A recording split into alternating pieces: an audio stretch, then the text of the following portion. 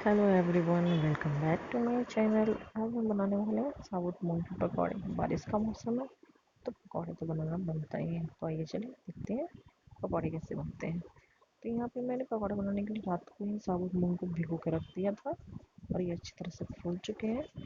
अगर आपको थोड़ी जल्दी में बनानी हो और अपनी मूंग दाल नहीं भिगोए हो तो आप उसको 2-3 घंटे पहले ही गर्म पानी में सोख करके रख सकते हैं। तो यहाँ पे मैंने रख लिए हैं 4 हरी मिर्च जो बड़े साइज़ का, थोड़ी सी गार्लिक और जिंजर मैंने चॉप करके रख लिया है। 2 मीडियम साइज़ के प्याज भी कट करके रख लिए हैं मैंने। और देखिए हमें बिल्कुल ऐसे दरदरा पीसना है। अब इसमें हम कटी हुई प्याज, हरी मिर्च, जिंजर, गार्लिक ये सब ऐड करेंगे। उसके बाद डालेंगे यहाँ टेस्ट के अकॉर्डिंग नमक। फिर यहाँ डालेंगे हम हाफ टी स्पून जीरा एंड काली मिर्च का पाउडर। हाफ टी स्पून से थोड़ी सी कम हम यहाँ पर लाल मिर्च पाउडर डालेंगे। हाफ टी स्पून हमारा हल्दी पाउडर है, वो ऐड कर देंगे। उसके बाद इसमें मैं थोड़ी सी अजवाइन डालूंगी और 4 मीडियम साइज चम्मच से हम इसमें बेसन डाल देंगे।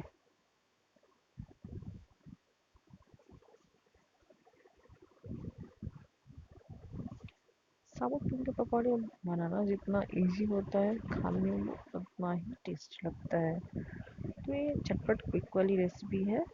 ये देखिए हमने सारी मिक्सचर को कुछ इस तरह से मिला लिए हैं। इसको 10 मिनट के लिए हम फ्रिज में रख देंगे। उसके बाद हम कढ़ाई चढ़ा के तब तक तेल गर्म कर लेंगे। ये देखिए तेल हमारा गर्म हो चुका है। इसमें हम एक एक करके पकौड़े डालें। पकौड़े का जो शेप होता है बनाने से पहले अपने हाथ में थोड़ी सी ऑयल लगा लें। उसके बाद धीरे धीरे एक एक करके चपटा कर करके और ऐसे ही डालें। तेल में उतने ही पकौड़े ऐड करें जितने की तेल में जा सके, वरना अगर आप एक्स्ट्रा ऐड करने की कोशिश करेंगे तो पलटते वक्त टूट जाती है। इसलिए थोड़े थोड़े से पकौड़े डाल के ही आप इसको तलें तो ये अच्छे से तलते हैं। ये देखिए एक साइज़ हमारा हो चुका है, ये दूसरे साइड हम पलट देंगे। और याद रखें कि गैस हाई फ्लेम पे नहीं रखनी है, गैस आपको मीडियम फ्लेम पे ही रखनी है। लो मीडियम करके ही रखनी है ताकि ये अंदर तक अच्छे से पक जाए।